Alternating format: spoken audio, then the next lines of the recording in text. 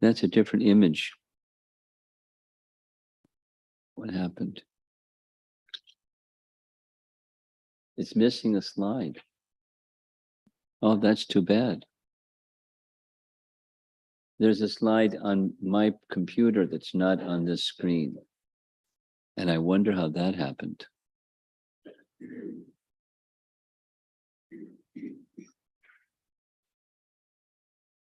Well, however it happened.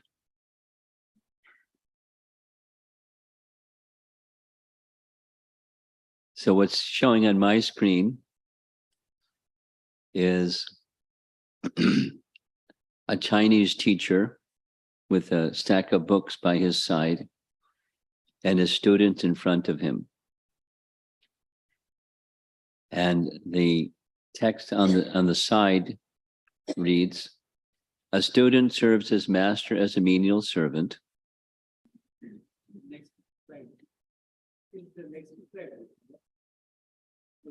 There. Well, that's what's going on. Now it just showed up. Okay, well, isn't that nice? Okay, there it is. A student serves his master as a menial servant.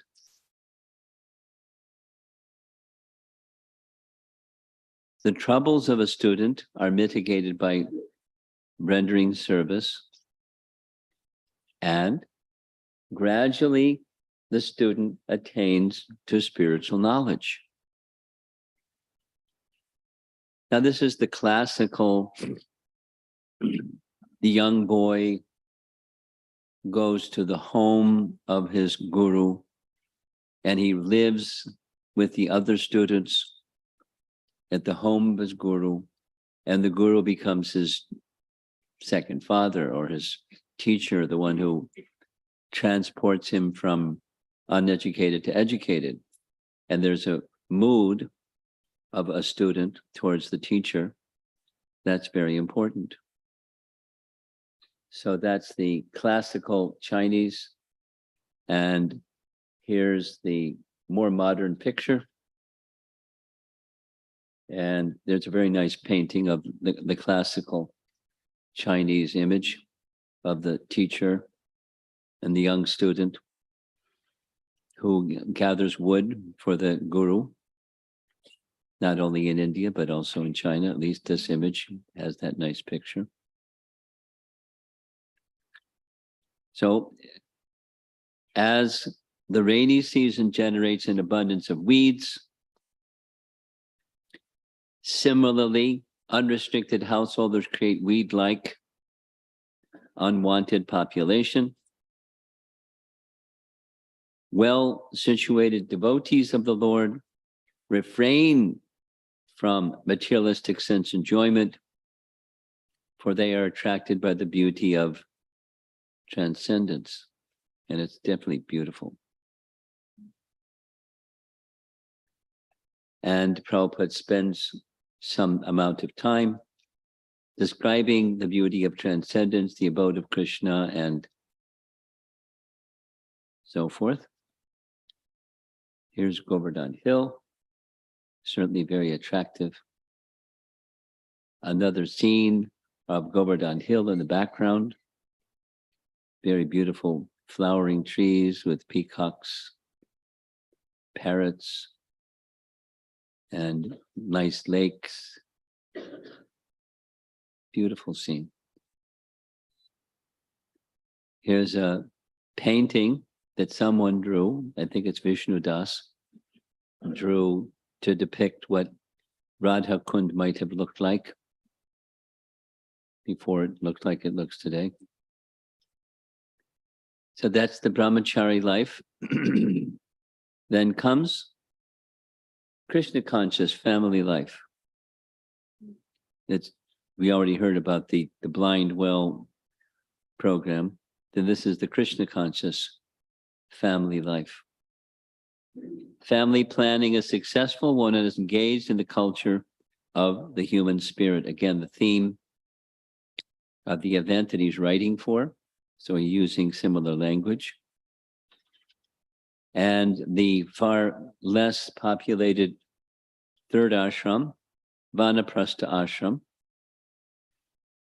and the sannyas ashram. Pictured here, of course, is our founder Acharya Prabhupada. In all four orders and four grades of social life, devotional service to the Lord is essential. So remember what the chapter heading is, that the objective of Varnashram life is to come to devotional service, unalloyed devotional service. All anomalies of the present social system can be reformed only by cultivation of the human spirit in the devotional service of the Lord. So he's amplifying their theme, but he's also redefining the theme in terms that make transcendence very clear. There's the same message from the very beginning. The four prominent features of autumn are no water in the sky, weeds that grow here and there are no longer visible, they wither away, muddy roads and fields dry up, and ponds of water become crystal clear. These four features of the autumn atmosphere are compared to the four orders of life. Now, there's not a lot that Prabhupada has written, so one could certainly say more and more and more, but just to keep in line with the nature and lesson of life profile, that's what Prabhupada has done. The next text is also further on the Varnashram system. He's identifying it as the most scientific social system. Now, organizing society is a big deal, and it's often not so organized. So how to organize it so that cultivation of the human spirit or self-realization or elevation of consciousness or spiritual culture or any one of those terms he's using, how is it best achieved? So it's scientifically achieved. Here's our friend the sadhu, great sage. The beautiful white clouds, freed from all burdens of water distribution, float in midair, like mendicants, freed from all family responsibilities. So focus is now going to the renounced order of life. The beautiful white clouds of autumn, freed from all burdens of water distribution, float freely in midair. Same text, this is just an image showing it. Or a nice painting showing it. These seasonal pictures. Like mendicants, freed from all family responsibilities.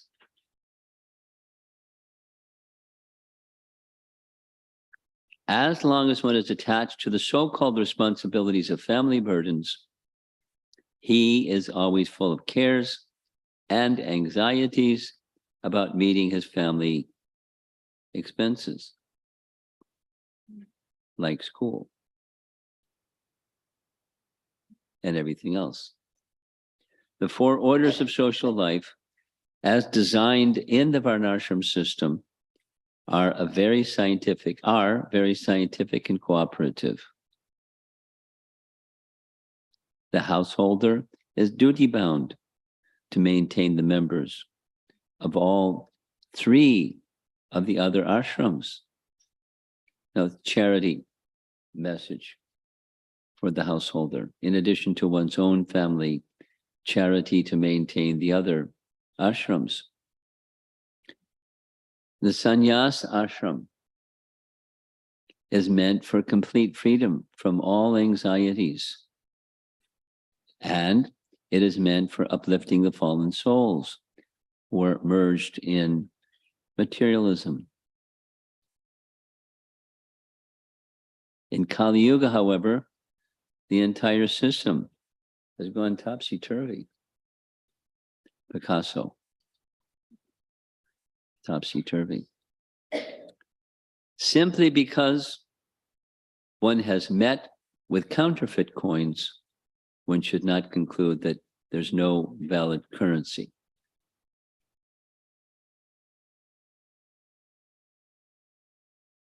(1853), look at that. The sannyasis, meant for uplifting the fallen souls who are merged in materialism, are to be maintained. Unless the sannyasi is freed from all cares and anxieties, like a white cloud, it is difficult for him to do anything good for society.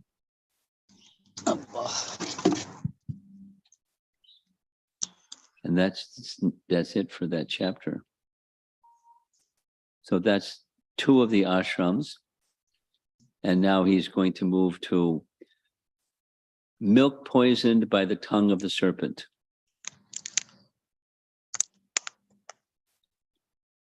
And the subtitle is Grave, Great Reformers Are Like Waterfalls. There are waterfalls flowing from the hills of the forest, but sometimes water does not flow from them. So the waterfalls are not like ordinary rainfall. They are compared to great reformers who speak or do not speak as the time requires. Interesting, huh? What's Prabhupada going to say about this one? There are waterfalls flowing from hills of the forest, but sometimes water does not flow from them. So the waterfalls are not like ordinary waterfalls. Nice painting. These waterfalls are compared to great reformers who speak or do not speak as the time requires. Then there's the actual acharya and the professional. Here's the professional. Yes, I can get you this many followers. And then there's the acharya. There's teachers that will appeal to the mundane senses of the audience. And there's the actual acharya. Teachers in terms of the disciples' capacity to understand and advance in spiritual realization. Contrasting. Therefore, sometimes he speaks and sometimes does not speak. Although rainwater and the waterfalls are the same, the water from the waterfalls has a different effect than ordinary rainwater. The professional preachers are like the rainfall from the sky, but the acharyas are like waterfalls. They seek to reform misdirected society as required. Uh-oh. Cobra. This is the milk touched by the lips of a serpent message.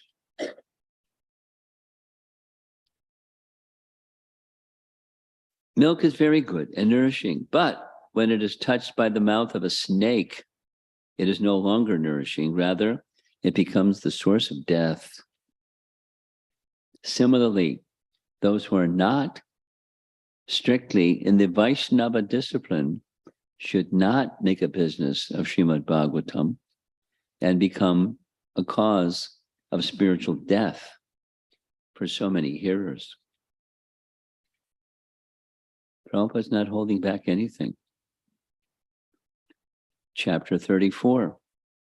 Foolish family men miss the real goal of life. So he's warning multiple times about false teachers giving false teachings or distorted teachings and being like the source of poison. Now, supposing one has the opportunity for proper guidance, but missed it. Small pools of water accumulate during the rainy season, and in the autumn they gradually dry up. The little creatures playing in those small pools do not understand that their days are now numbered and will end very soon. Thus, they are like foolish men who, not caring for the nearing day of their death, become absorbed in the so-called enjoyment of family life.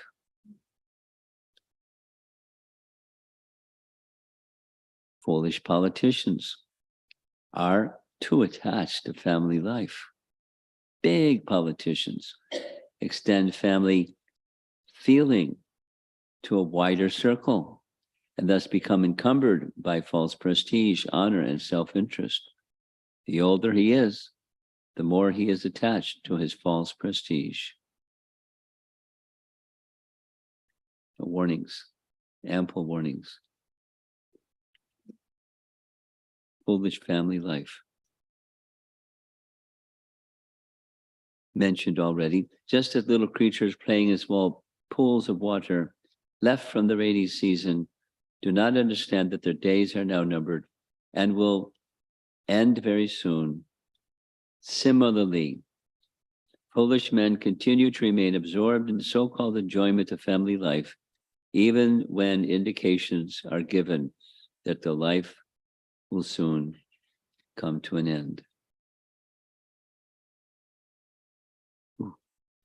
Such foolish men should take lessons from drying pools of water and should know in their own interests that life is eternal, continuing even after death.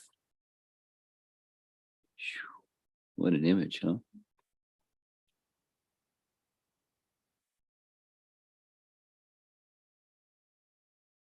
Woo, woo.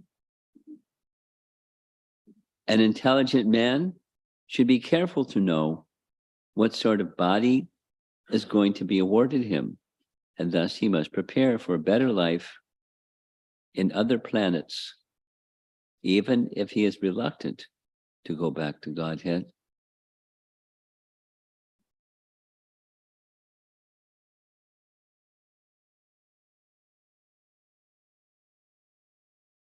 Just one more chapter.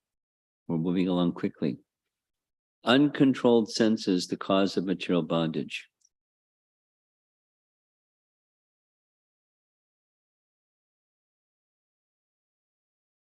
Again, seen in nature. When the small pools of water become too hot because of the scorching heat of the autumn sun, the poor small creatures with their many family members suffer terribly, as poor householders with too many family members suffer economic strains and yet go on begetting children because of uncontrolled senses.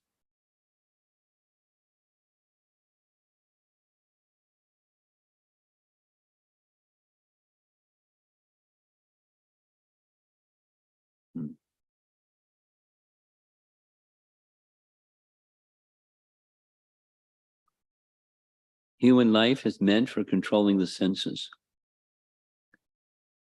For uncontrolled senses are the cause of material bondage.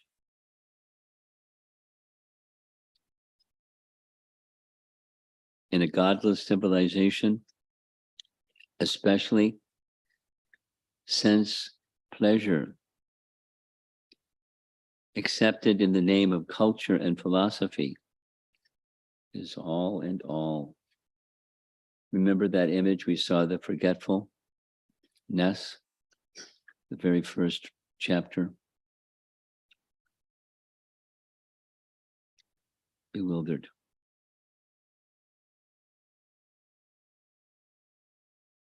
So the highest thing for such bewildered people, puzzled people, some idea of culture, some idea of philosophy, is nothing more than that. it's still, that unfortunate godless position or absence of spiritual conception of life. These foolish creatures have no information of other enjoyment.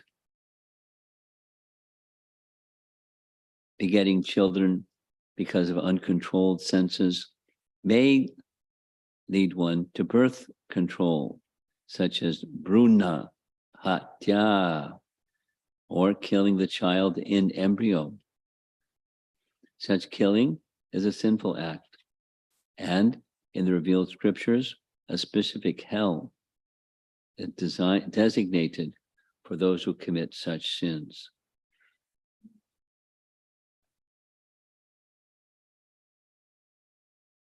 And our modern society, it's like a sport or something, back and forth.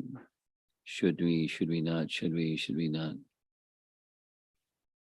Spiritual culture means pursuing a better engagement in life.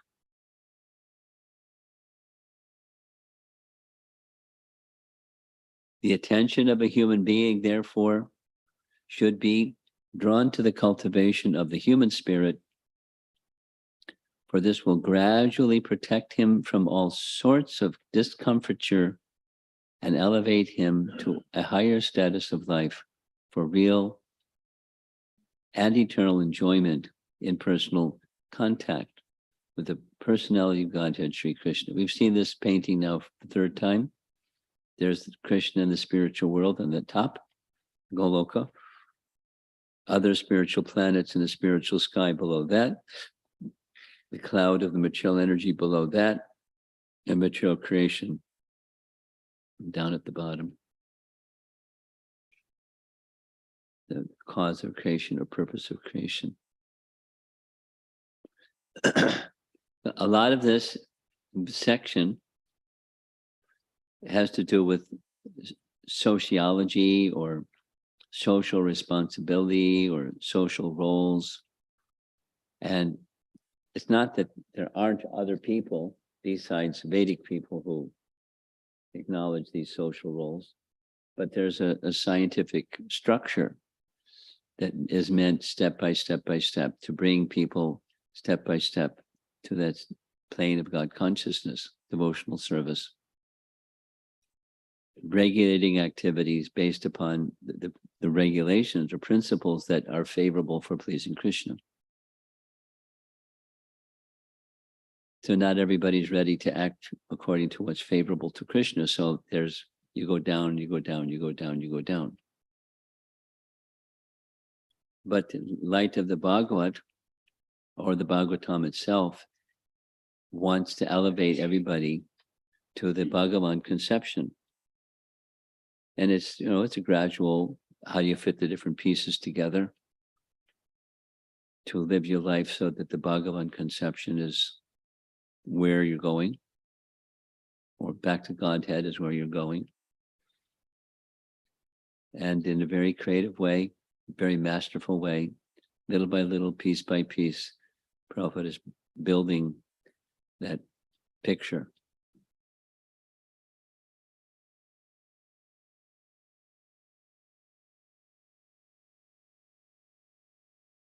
It's really wonderful how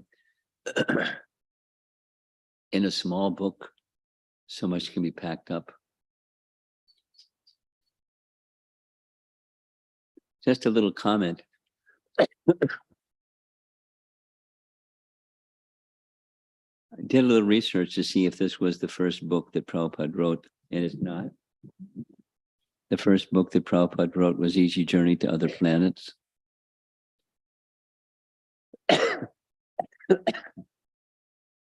While he was writing first canto Bhagavatam, the first part of first canto Bhagavatam was available in 1961. And then 1 year later, part 2 of canto 1. And then 1 year later, part 3 of canto 1. So Prabhupada is prodigious in his writing. And in 1959 is the date when space exploration kind of became a big deal and a big race into space between Soviet Union and America and whoever else was involved in all of that, but at least those two big nations. So Prabhupada took the opportunity that the attention of the world was focused on going to the moon, and took the opportunity to write Easy Journey to Other Planets and explain, and everyone has the birthright to achieve whatever planet they would like, and it explains it and explains it and explains it. But the real mission should not just be to go to other planets like child's play, but to go back to Godhead. So he has a vision. He wants to uplift people. And he has the mandate from his spiritual master. And as we heard, blessings from Rupa and Sanatan and Goswamis and Srup Damodar. It's very, it's the specific, explicit, personal blessings from them. A gift for writing, and a very creative way at that to reach different audiences according to the circumstance. He's loaded up. A Acharya who isn't known to the world yet. The explanation was when he first wrote Easy Journey to Other Planets, he didn't have money to print it. He tried to get a donor to sponsor it. He couldn't find a donor to sponsor it. So what he did was he broke it into different parts and put it in his Back to Godhead magazine. And somebody who was a celebrated publisher saw the Back to Godhead magazine articles and then wanted Prabhupada to publish it as a book.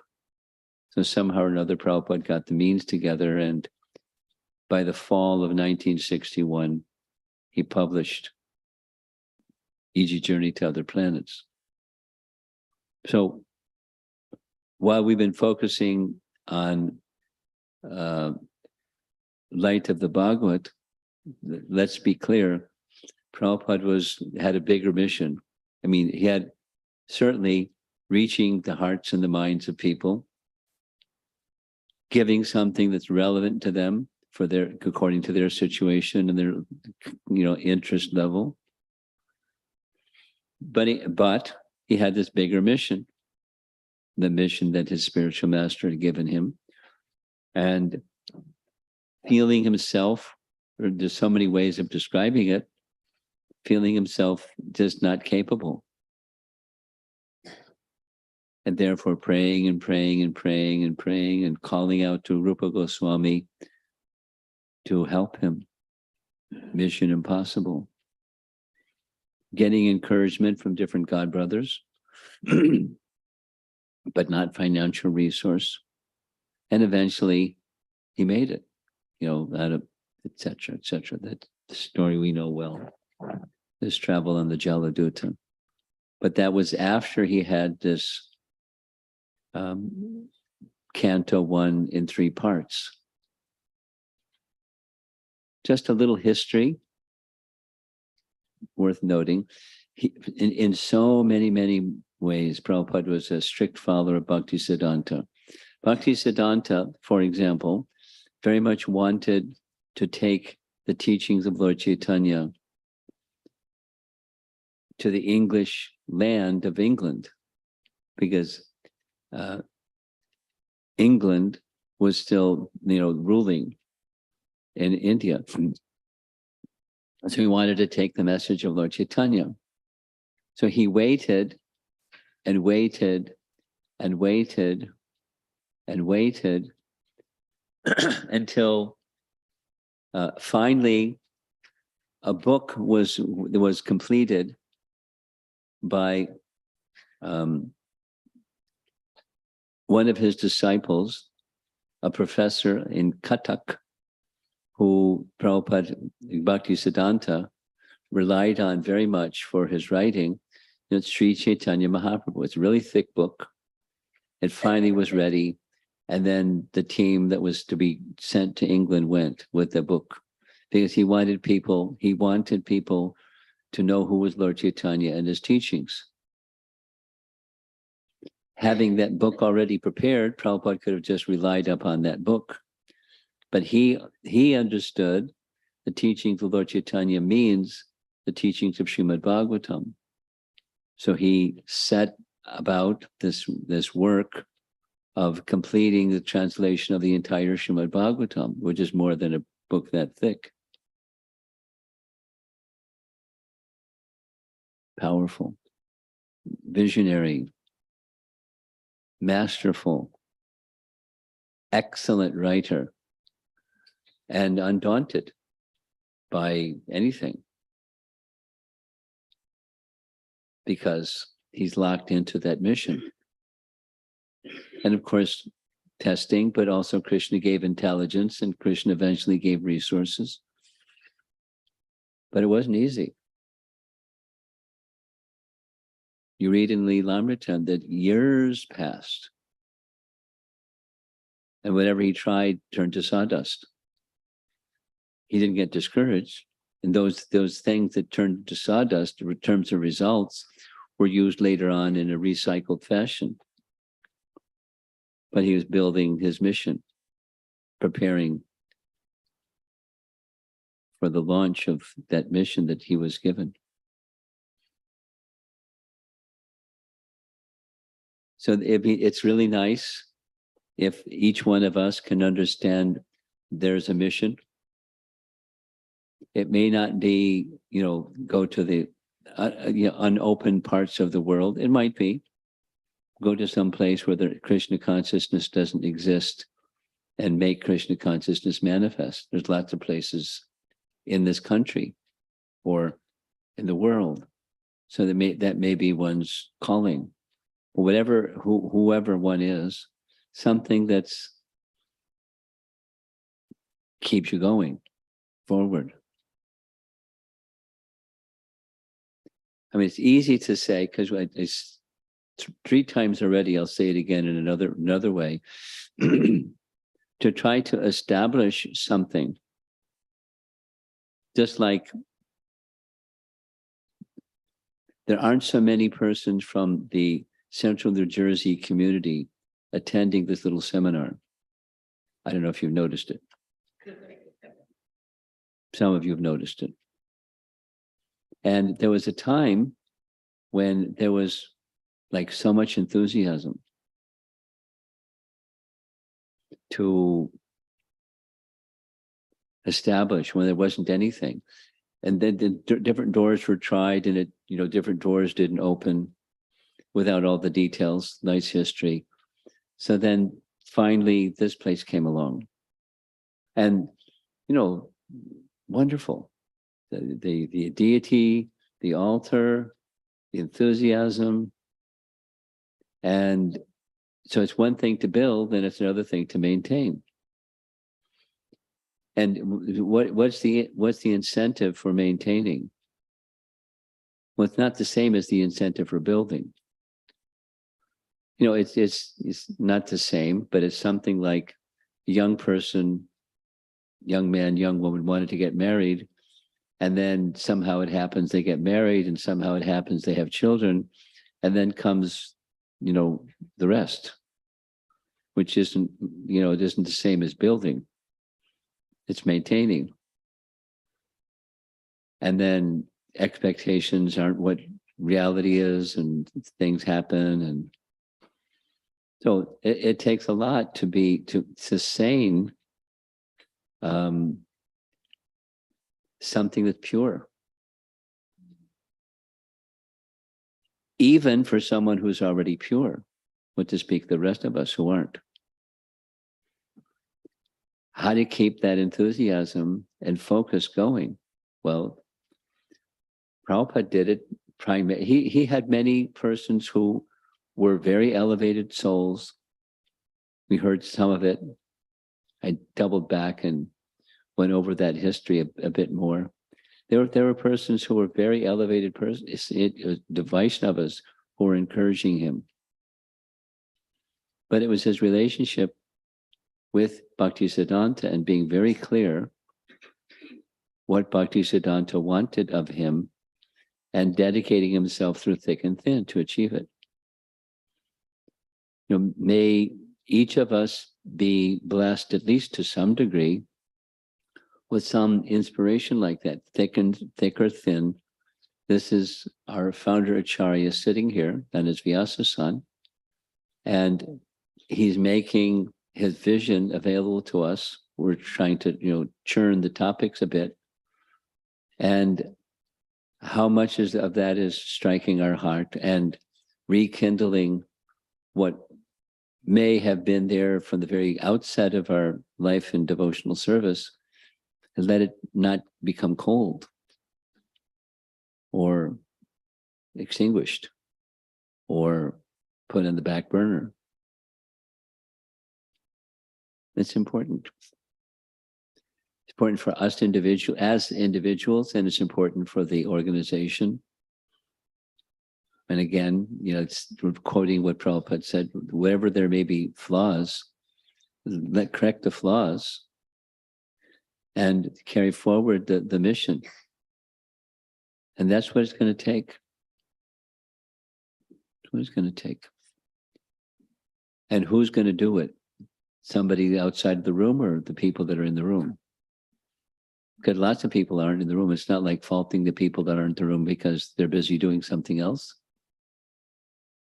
So I'll get off my soapbox, but what I'm appealing to is, as we see in our founder Acharya, an Acharya, someone who's setting an example for us, let us learn from that example and continue forward, not just in a complacent way, or we did something in Haribol, check the box, but move forward with in a visionary way.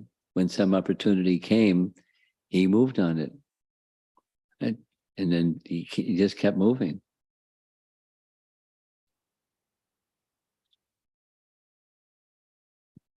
Okay, let's see if there's some discussion. Let's someone back there hit the light switch.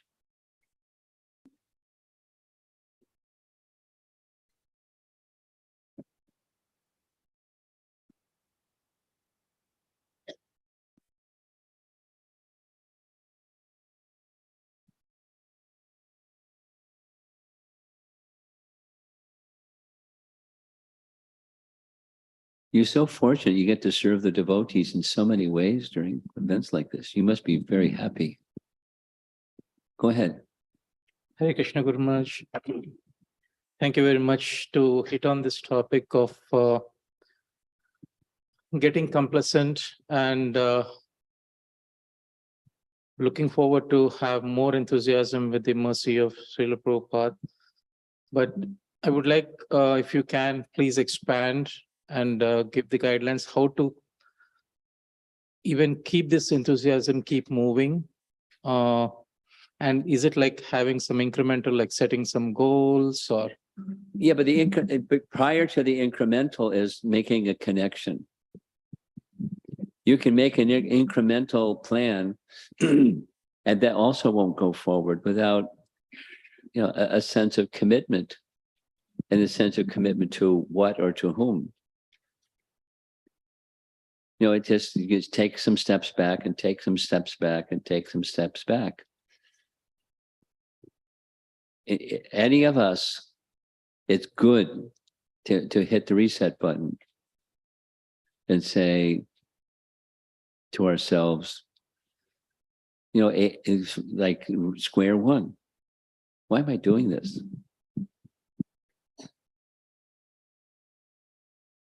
What's important to me?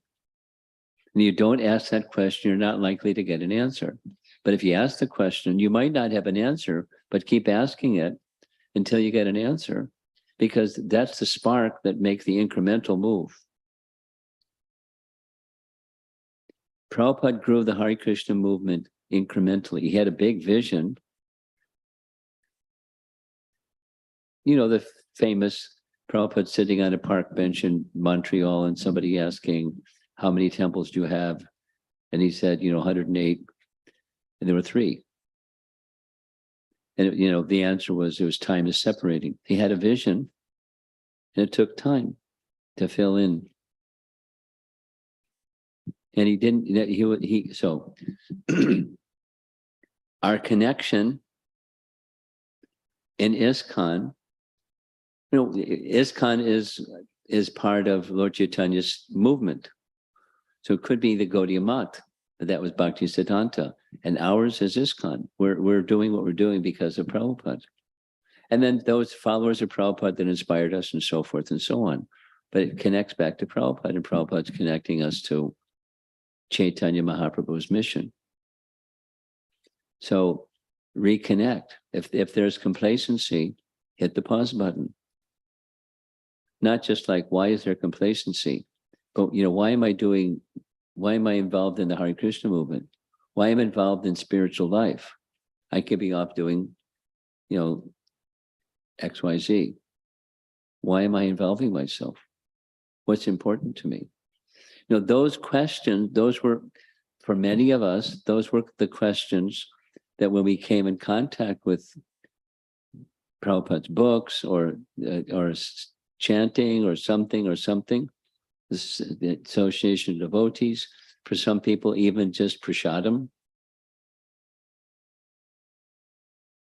But something happened. And if something isn't happening presently, if due to complacency, then step back.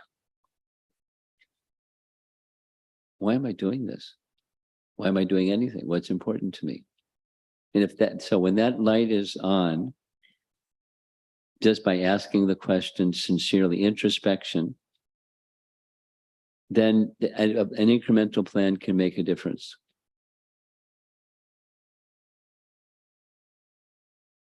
It's, we can say it boils down to a relationship.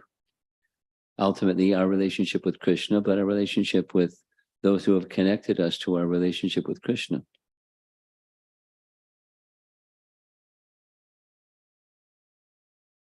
Then we may need to reinvest in those relationships in very practical, meaningful ways. Thank you very much. Okay.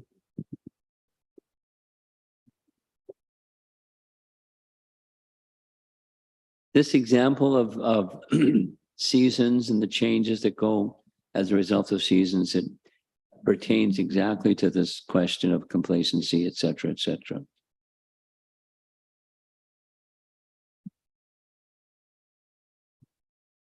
Cycles of time. Yeah.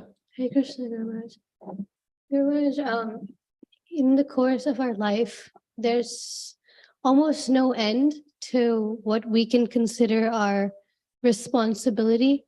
And there's also no end to how much enthusiasm we would have to perform devotional service. And there's people who are enthused to do devotional service all day, and those materialistic people who, fill up their 24 hours with their responsibilities. So as a devotee who is doing both areas of things, and there's almost no limit to either of them. Sometimes their mind says, do this all day, and sometimes their mind says, do that all day. Is there some sort of line where you say, this is for my responsibilities in the material world, and this is for my spiritual responsibilities? Paramarupa answered that question. Remember what he said? Were you here when he spoke? Yeah. It's not a matter of balancing between material spiritual. I cringe at that question because the question itself is misleading, or it says one doesn't really understand what spiritual is. It's not a question of balancing material spiritual. It's a question of all is spiritual and seeing all in a spiritual way. And then it becomes time management, not balancing between this and that.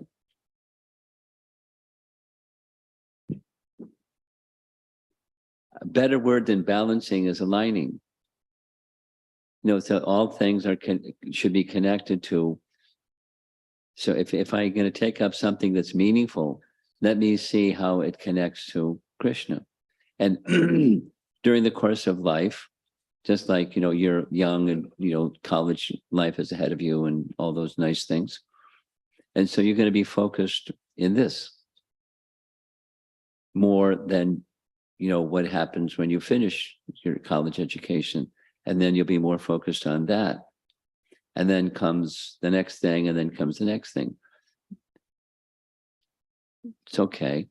Make sure Krishna's at the center of whatever the things are that are occupying your time and energy.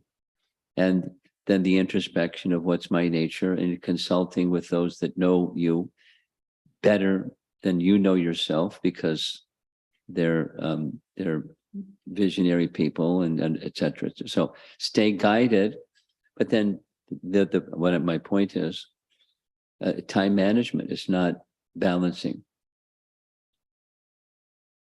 And so let me do, I can adjust I call it chunks of time or quantums of time.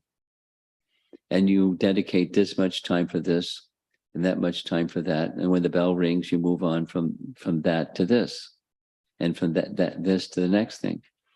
And you step back and periodically look at your time management. Am I managing my time well? Are my priorities being met? What's important to me? Can you keep asking that question? That may shift a little bit in detail, but in principle, it stays the same. So it's more about time management and your relationship with Krishna than this other thing of balancing. Where do I draw the line between this and that? It's time management. It's not prioritizing material spiritual. Maharaj, I have an extension to that question. For different devotees, sadhana looks different. Some people, their sadhana is, 16 rounds. That's it. That's sadhana. And for some people, it's, 16 rounds and an hour, half an hour of shastra. That's their daily sadhana. And for some people, it's, deity worship is included. And for more people, there's temple seva and, etc. So is there a standard of this is what sadhana, and this is how many hours you should spend? Or is it something that can be custom depending on your relationship with Krishna and your social responsibilities? Well, and other factors, but it's option B. It's not, option A. There's a minimum, and that's not optional. But beyond the minimal, then, and supposing somebody's not at the minimal, then what? They don't fall off the cliff. They're also, according to their position and their nature and their circumstances, they're doing what they can do. So it's the same. My answer to this is the same as the previous one. You introspect, you recognize what your nature is, to your capacity you do, and you maintain, and you always try to do more, but you don't push yourself artificially to do more. It'll grow when sincerity is there. It isn't about alignment, it's not about balancing. Thank you, Maharaj. Okay.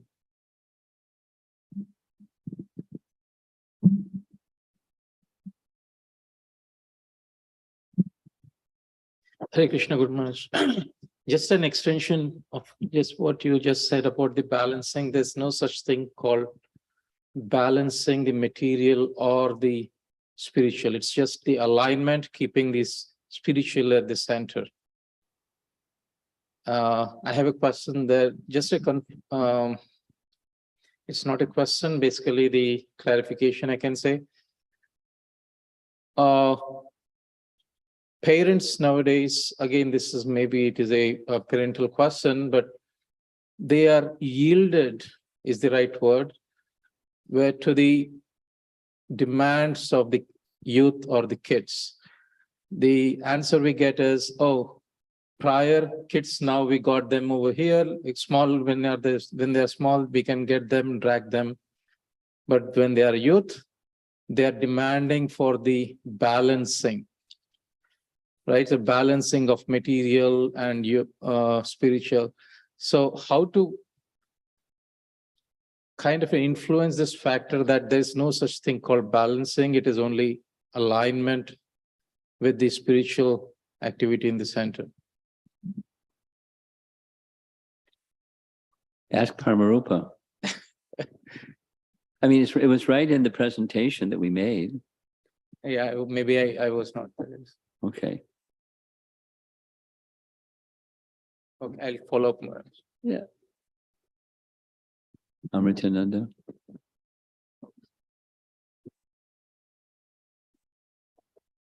Hare Krishna Maharaj, to Prem Kishore's point, I speak to new people when they come on festivals and the youth, 20 somethings, and I ask them, what brought you here?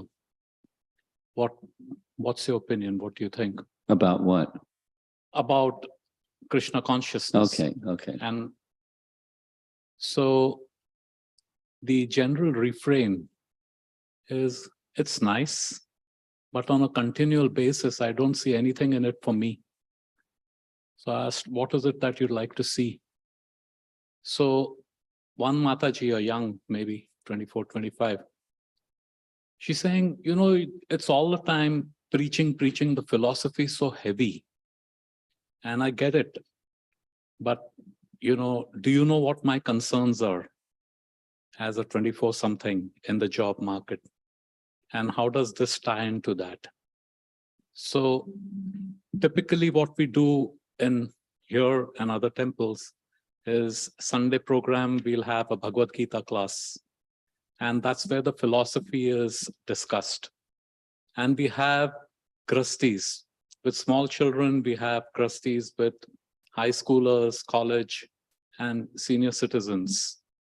But to the youth group, there is no mechanism by which we can convey a message. So perhaps maybe a separate session for the youth group, or so that's I see a disconnect with the youth.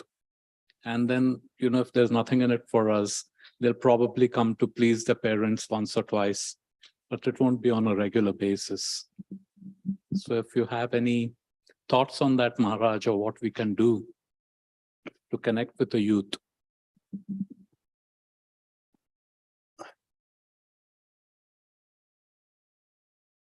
Yeah, I have thoughts on that.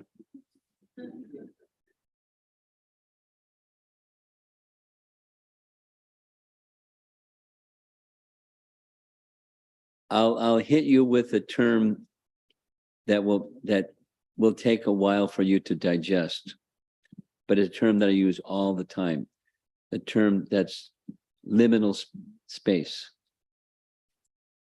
You've heard that term before? Good. There's a door, and at the bottom of the door, there's a board that goes across. In carpentry, that's called limen. It's neither inside nor outside. It's a limen. Or here's the temple room, there's the outdoors, and then there's another liminal space. It's neither indoors nor outdoors, neither here nor there. So youth is a transition passing through a liminal space. There's a lot written about it these days from sociologists and others, where they use the term and address the concept. When you're transitioning between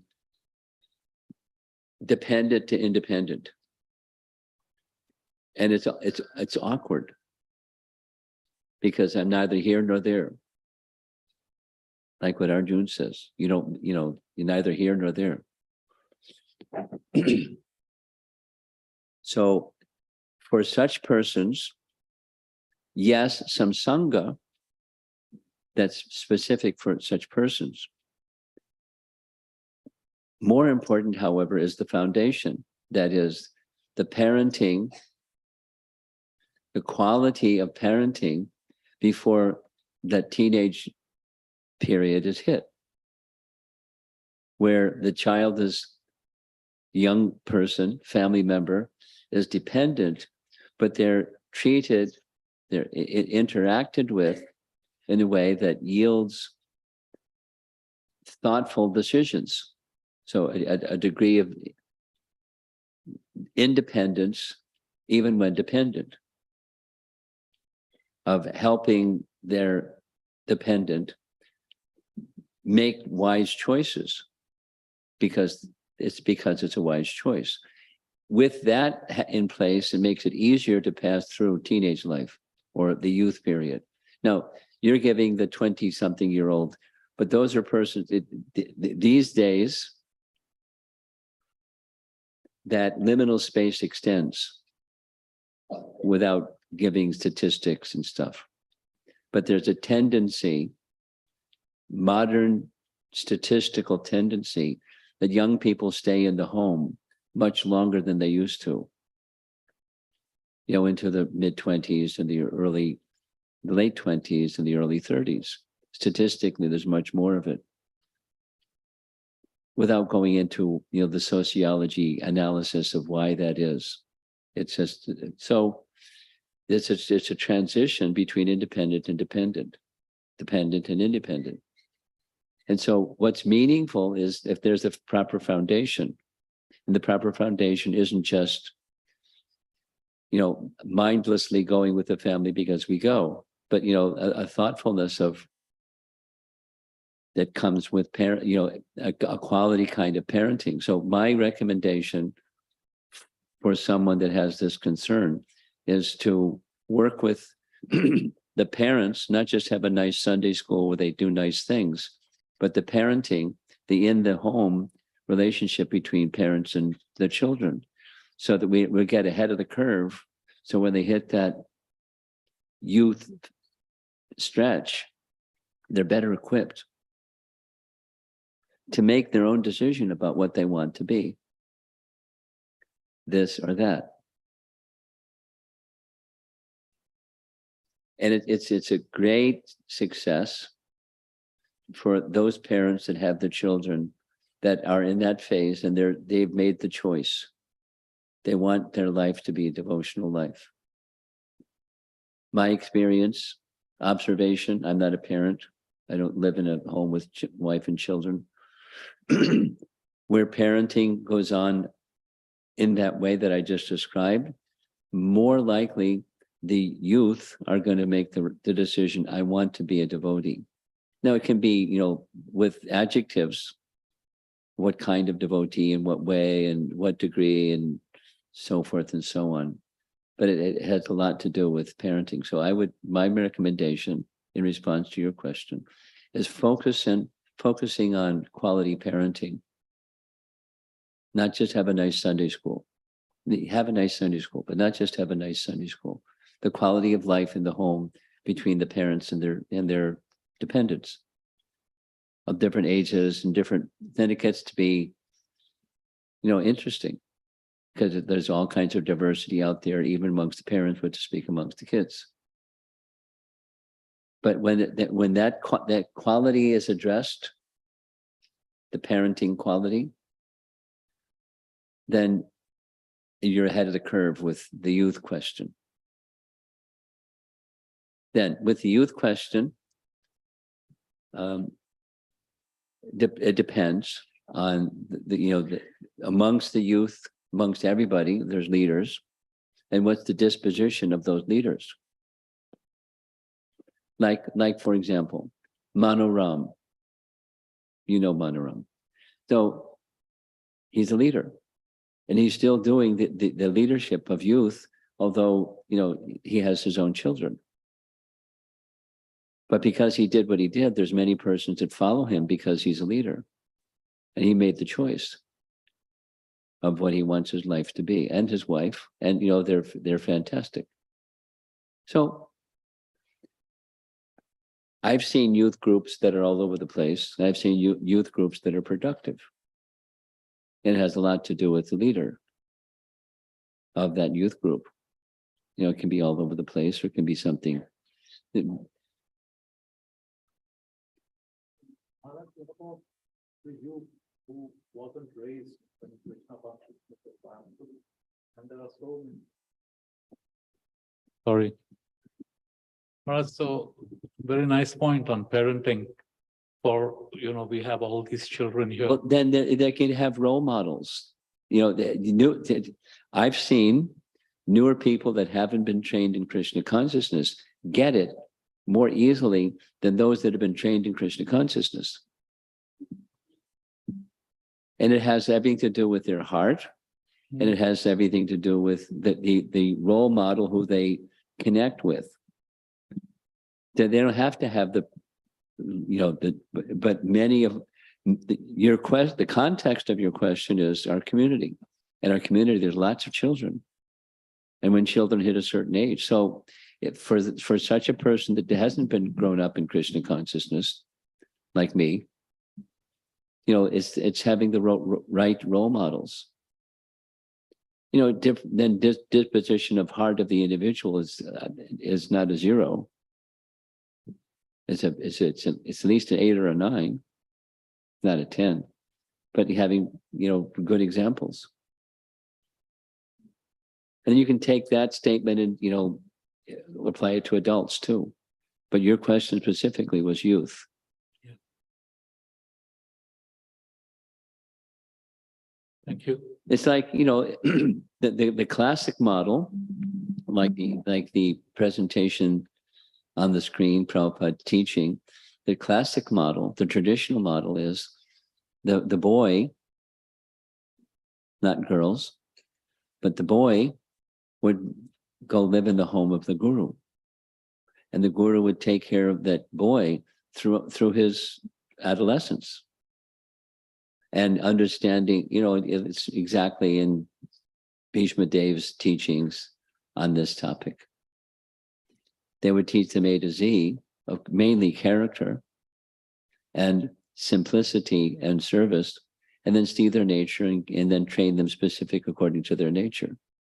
But that's a qualified Brahmana and a qualified student. So minus the tradition, then we have, the more you go away from tradition, the more you have complexity and issues that don't seem to have a clear answer. So you can't force tradition, impose it on, but the more that's there, then it's natural. I travel and I see different situations. And where there's situations where there's wholesome parenting, the child may not come from a devotee family, but when there's wholesome parenting, it makes it much easier to become a Krishna conscious devotee. Anyway, it's not simple, it's complex. But good examples and a caring adult, because a caring adult can also provide lots of shelter for youth. I can name some names, but just somebody that has an effective skill. Bhutta Bhavana is a nice example. Now, he and I were devotees together in New York Temple. And he went this way and I went that way.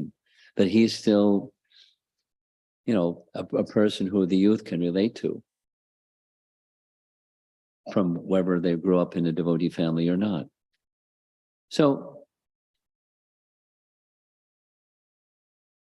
different individuals have different gifts from Krishna, and those persons that have that gift from Krishna can extend it to others, and it grows. But so now going back to Prem Kishore's question, what keeps that light on? A desire to be in service to, say it in simple terms, to our spiritual master's mission, to our founder Acharya's mission, which is Bhaktisiddhanta's mission, which is Lord Chaitanya. So having a sincere desire in relationship to Guru and Krishna. Then these questions have answers, and without that, these questions don't have answers. I mean, it's cosmetic, but it's not an answer.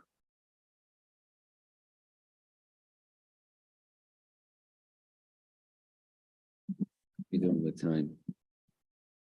What time are we supposed to end? 12:30. Huh? 11:30. Okay, so we have some time. Anyone want to throw some tomatoes?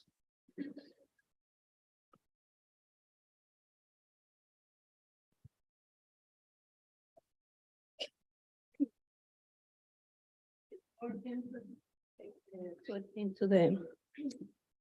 into the consciousness aspect of the devotees, then, or, the training. You're making a statement or you're asking a question? It's a statement and a question at the same time. Because we are all so different. Yeah, we're all that's beautiful. It would be pretty boring if we weren't all different. We're all different. And honoring differences is part of loving relationships. Now, you use the word consciousness, and maybe another word along with consciousness is character. And character and consciousness both allow for diversity. But they're outstanding characteristics of a person with character. And our function, whether we're the parent or just a member of the community or whatever our function is to be examples of good character and to encourage good character, good, Krishna consciousness consistently and appropriate for the time, place, circumstance, communicate Krishna consciousness or good character. And when somebody, this is a little bit like my answer to Radha yesterday, the comment that when you're dealing with people, minimally, just be of good character. And that has its impact, especially for people, especially when people hit a wall and they're upside down and they don't know what's going on. And they naturally want to go to somebody who they trust as being a person that's kind, of good character and wise. And they'll come and confide. I'm upside down. Something hit and I wasn't expecting it and it didn't change. And what do I do? And so that's having such opportunities is the fruit of, you could say, good character or consciousness that's behind what you say and what you do while you're doing your everyday stuff. Going to school or working in the office or interacting with the people in the marketplace or whatever your life is made up of.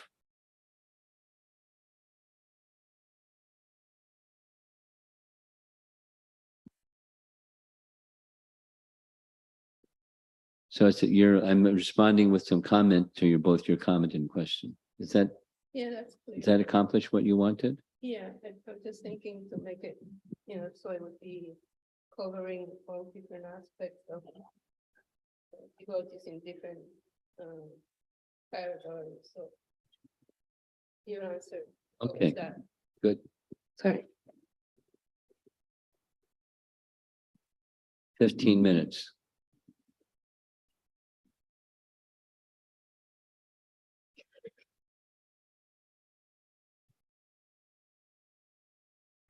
Hare Krishna, Guru Maharaj.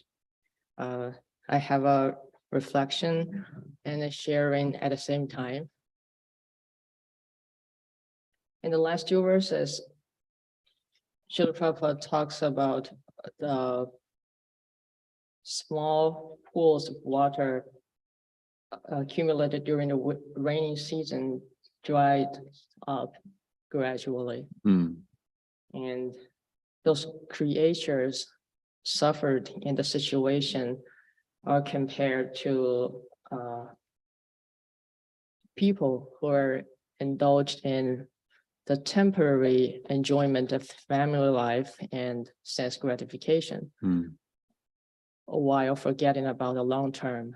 And there is a quite similar scenario in a Taoist text 2,000 years ago. And it's just described the like the spring water is drying up and fishes are get restricted on the land. In comparison to moistening one another by the damp air coming out of breathing and the mouth water, it is better to forget one another in rivers and lakes. That's Taoism for sure. And yeah, and what I'm thinking is that here, when Srila Prabhupada was describing the scenery, what he meant to say is not to discourage people from entering into the Grihastha ashram, Right. but rather he is encouraging the householders to live a more responsible family life and keeping the long term in Right. their mind. Very good. Exactly. You've heard, if you just take a slice, it looks narrow, but you look at the big picture and it's not narrow at all. It's principles to live by. And the principle to live by is broad, not narrow. It's not discouraging. There's words of caution. That is, you become too much attached to that the time of abundance, and when there's time of no abundance or restriction, then one feels very inconvenienced or worse. So how to keep the big picture, the mission of human life. What is it, and how to achieve it? Same. What I'm saying here is, similar to the earlier discussion about maintaining enthusiasm in contrast to complacency. After having achieved something, becoming complacent or indulgent.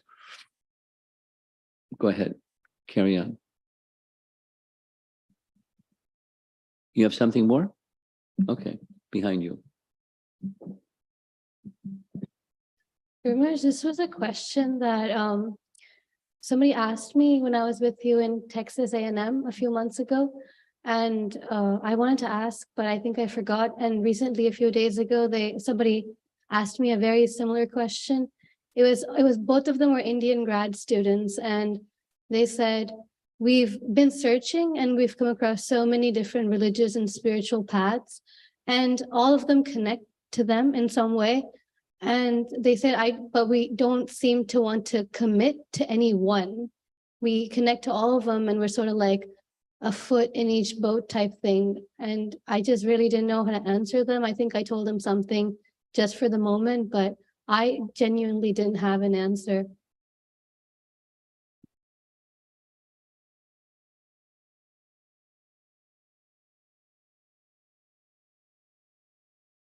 Well, my response to a question like this is, you know what my response is? It depends.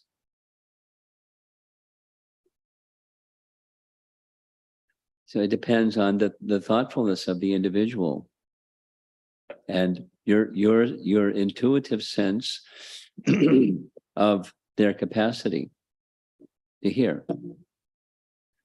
So a common response, without knowing too much about the individual, is approach with reason.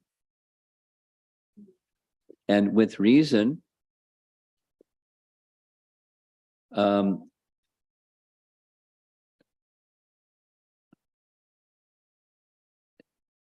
where will hold out some options. One option is, are there multiple sources of everything, or is there ultimately one source of everything? Just reason, within reason. Is it reasonable that there's many sources of everything? Or is it reasonable that there is a source of everything, and that source of everything, we'll call it the absolute truth. Now, because they're Indian graduate students, likely they know the answer is Vedanta Sutra says, by definition, the absolute truth is that from which everything comes.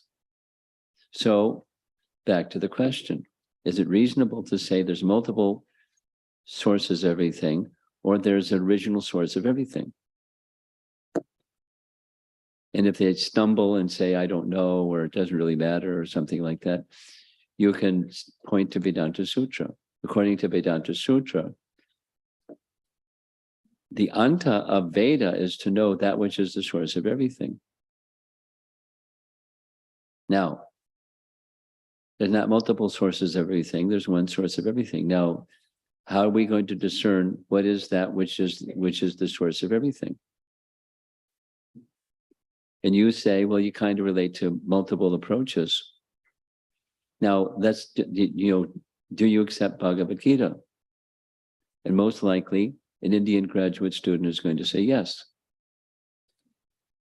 Then it's checkmate. Because, the answer to their question is very clear. The way to understand that which is the source of everything, there are different systems of yoga, but one way to understand that which is the source of everything is through bhakti. Or there are many paths of yoga, and amongst the many paths of yoga, one is the Uttama form of yoga. And they're both the same, it's bhakti. So what does bhakti teach? What is in Bhagavad Gita? Manmana bhava mad bhakto. It's first person singular. It's not multiple. It's a principle. It's not an ism. It's not a doctrine. It's a principle. Maya sakta manarkpata yogam yunjan varashaya. So it's principle. You absorb your asakti, you become attached to that which is the source of everything. So what's the source of everything? How are you going to know what is the source of everything? It's through scripture. What does Bhagavad Gita say? And, then you see where they're the yabat. Then depending upon the yabat, you have the rest of the conversation. They may be disinterested. That's one response. I don't really care. I think when I was in Texas at A&M, I told the boy, I was like, try it out. Would that be okay? Sure. I mean, then they could try out this and try out that and try out the other thing. And I like this, I like that, I like the other thing. So I'm going to stay in eclectic. So, but it depends.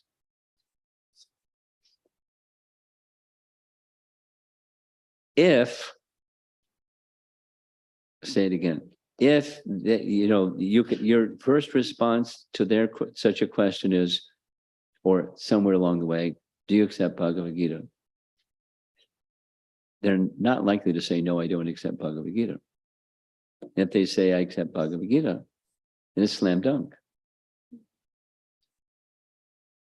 Let's take a look at Bhagavad Gita. Here's a Bhagavad Gita. Look at this. And let's read what it says here. Now, what does that mean for as far as the eclectic is concerned? Yes, there's many systems of yoga.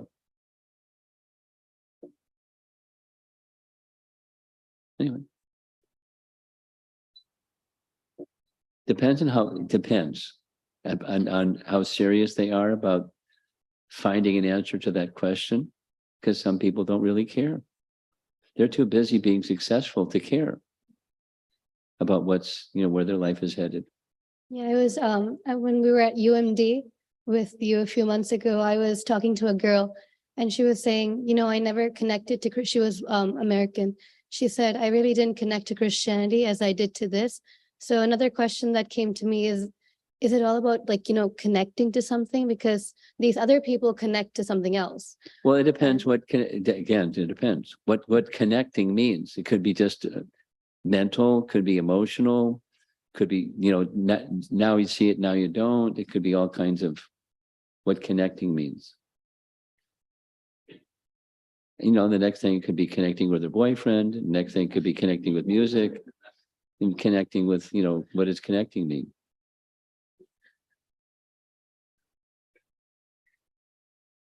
I'm not poo-pooing the person. It can mean different things. And so, you know, everything boils down to relationship and, you know, the interest that somebody has. And back to this example of bridge preaching, find out something that's meaningful to them, hang out with them in that which is meaningful to them, and then you point to the bridge. Say, let's take a couple steps on that bridge. What do you think? Yeah, I trust you. Is the bridge going to hold our weight? Let's go take a look. And you take a couple steps. And I'll ask them, how do you feel? Anyway, it's a relationship of trust. And the first point is to be trustworthy. And you know, you're not interested to convert them. You're interested to make them help them become happy and overcome, you know, the suffering that comes from struggling with eclecticism or, you know, no commitment to anything. The commitment to everything is no commitment to anything. And how are they going to progress? Or like, you know, your example, 1 foot in 6 different boats and cross the river. Would faith be something that's required from their side? Well, Little- yeah, but then where does faith arise from? It arises from this association with someone who's worthy of their faith. I mean, those of us that came from a background where we didn't grow up in a Hare Krishna devotee family or a Vaishnava family, and we met Prabhupada in Prabhupada's writings, it took a while, but you know, this is trustworthy. And so we kept going.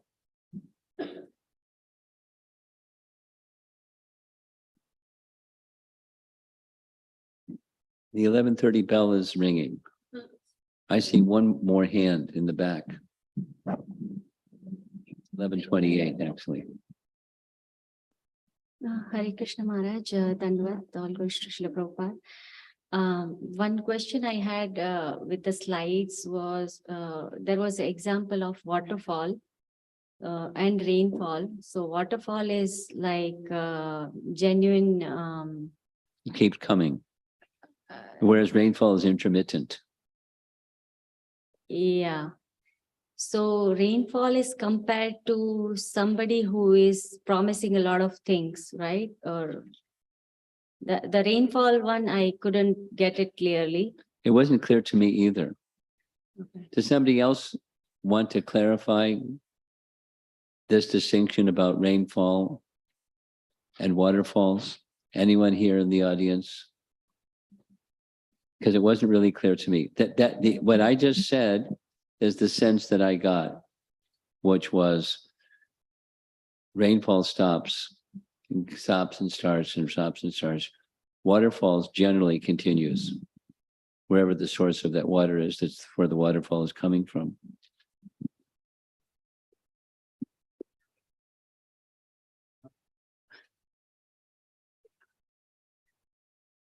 I mean, my reflection about rainfall and waterfall was like, Yes, that's what I'm looking for. rainfall, it falls everywhere indiscriminately, whether person wants it or not, Yes. without any intention of transforming the person. Uh-huh. It's like a professional acharya, professional persons, they just keep giving with the selfish motivations.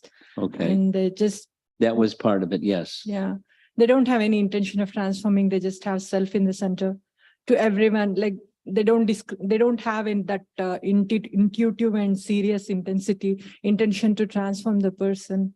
They just go on giving with the selfishness in the center and money or whatever.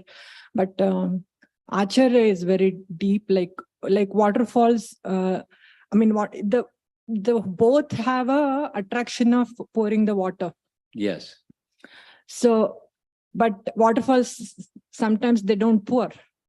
but it's not like that Acharya also. Yes, it was He showing is that. not intentional about just going on giving the knowledge to anyone and everyone and show off his knowledge or wisdom.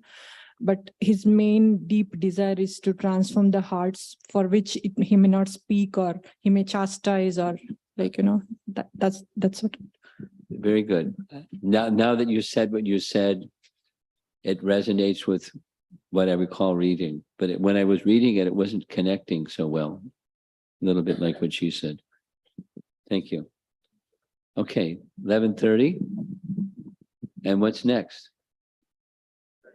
We're going to have a break for an hour. So you want to say something about what the break for an hour is about? How about Paramarupa, do you have questions for the breakout session after lunch? So they can look at the questions and be thinking about them? You're just preparing. Okay, please do. There can be some thoughtful input. He has to leave. So is there somebody else that's being identified? Yeah. Okay, okay.